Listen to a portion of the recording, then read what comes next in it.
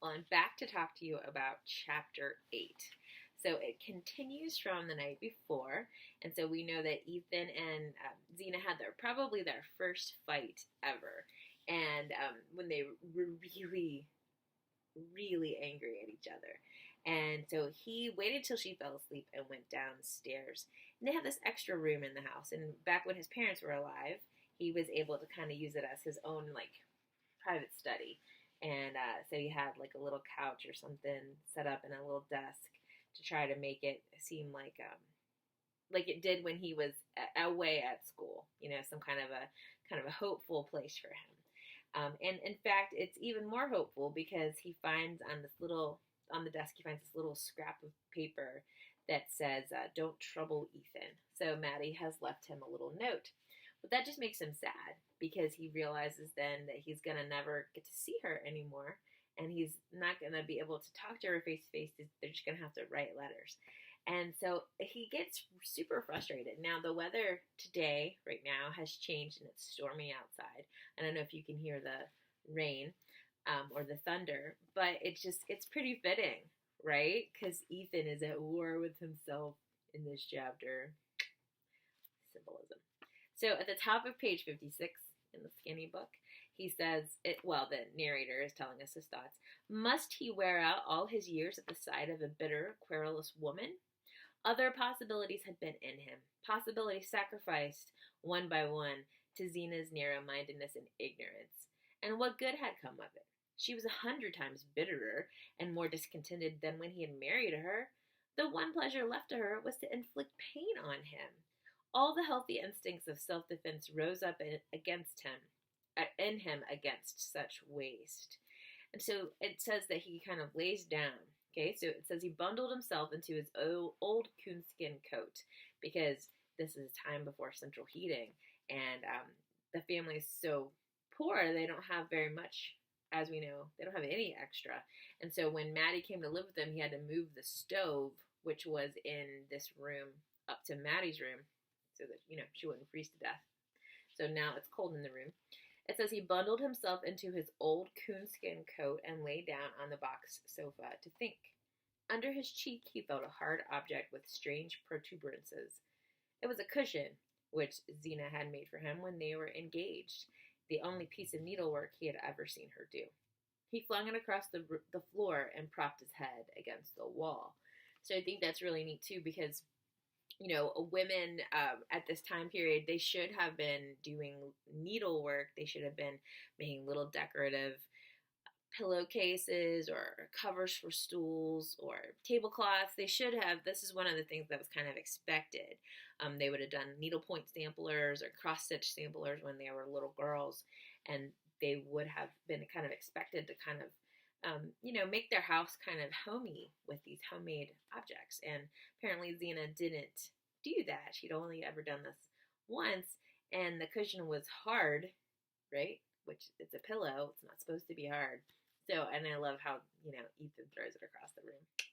So he cheers himself up, right? Because he's thinking about, well, all these possibilities. And you know what? I know this guy, he says, who, is my age, and he left his wife. He was miserable.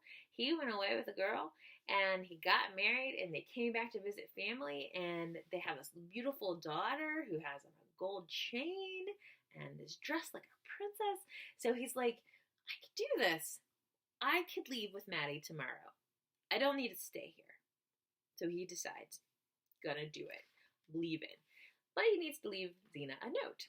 So he gets out a piece of paper, a pencil, and he writes, Xena, I've done all I could for you, and I don't see as it's been any use.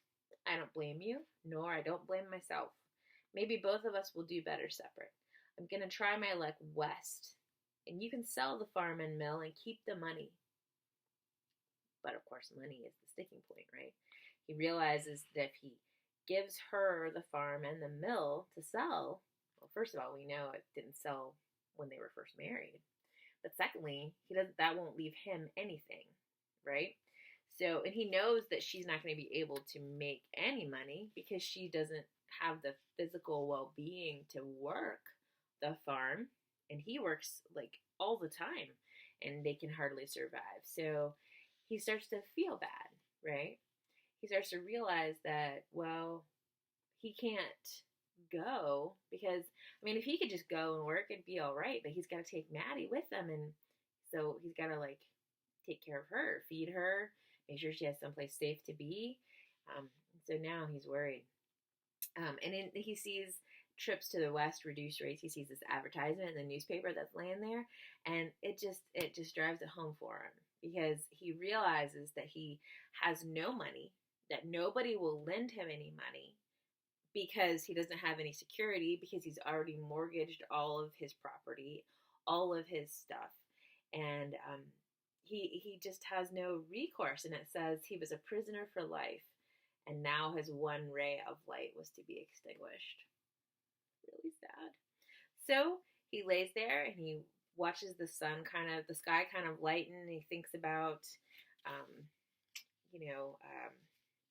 they should have gone sled riding and they hadn't done it, he and Maddie, and it's just awful.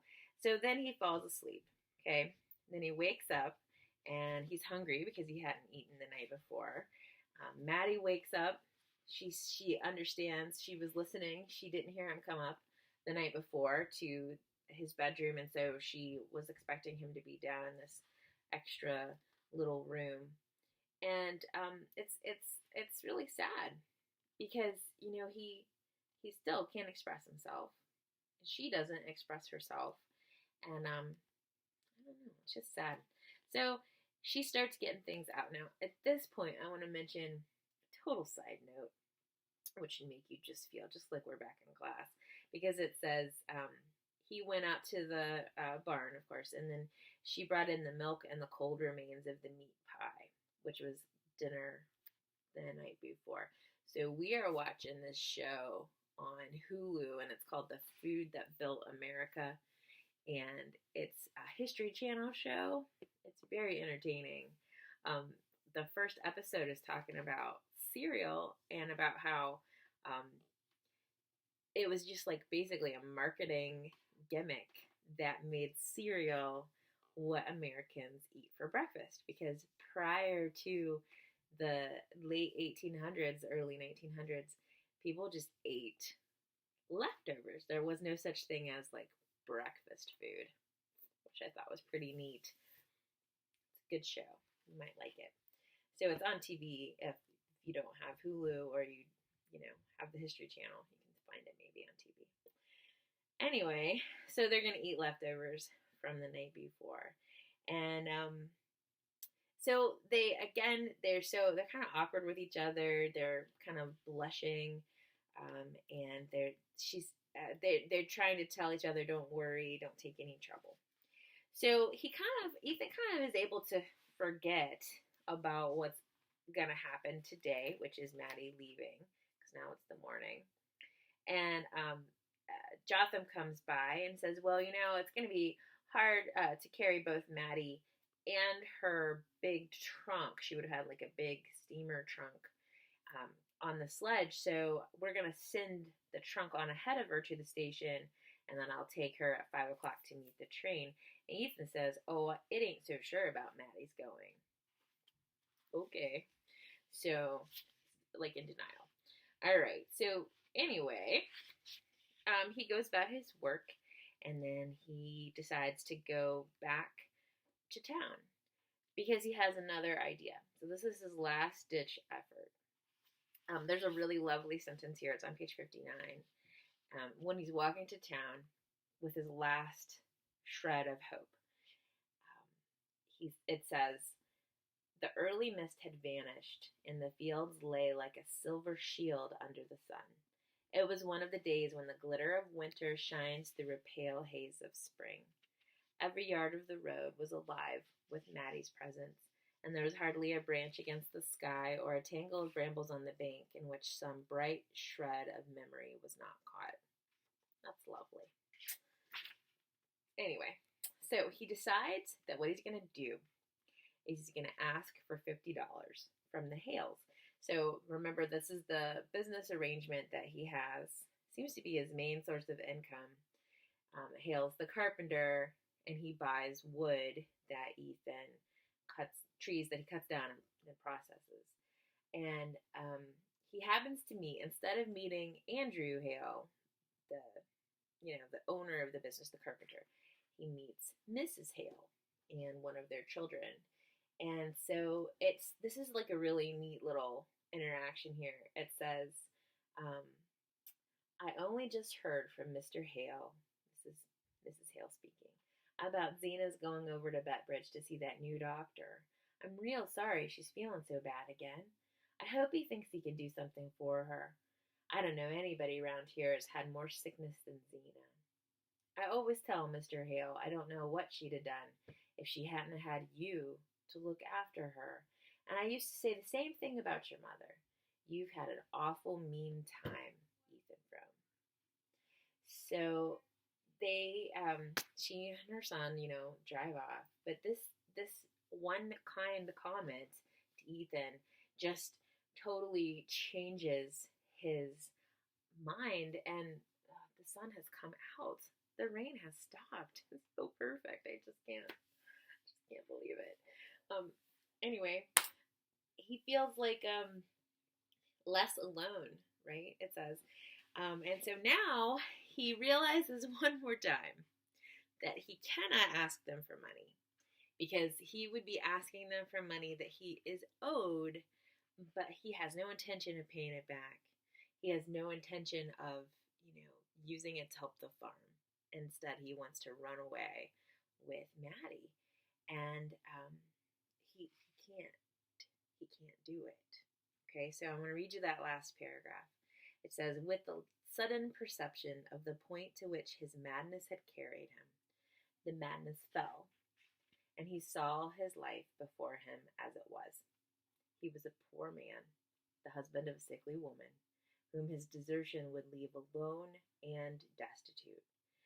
And even if he had the heart to desert her, he could have done so only by deceiving two kindly people who had pitied him. He turned and walked slowly back to the farm. So when we think about Ethan Frome, what I want you to think about is that he has this reserve, this like backbone of steel.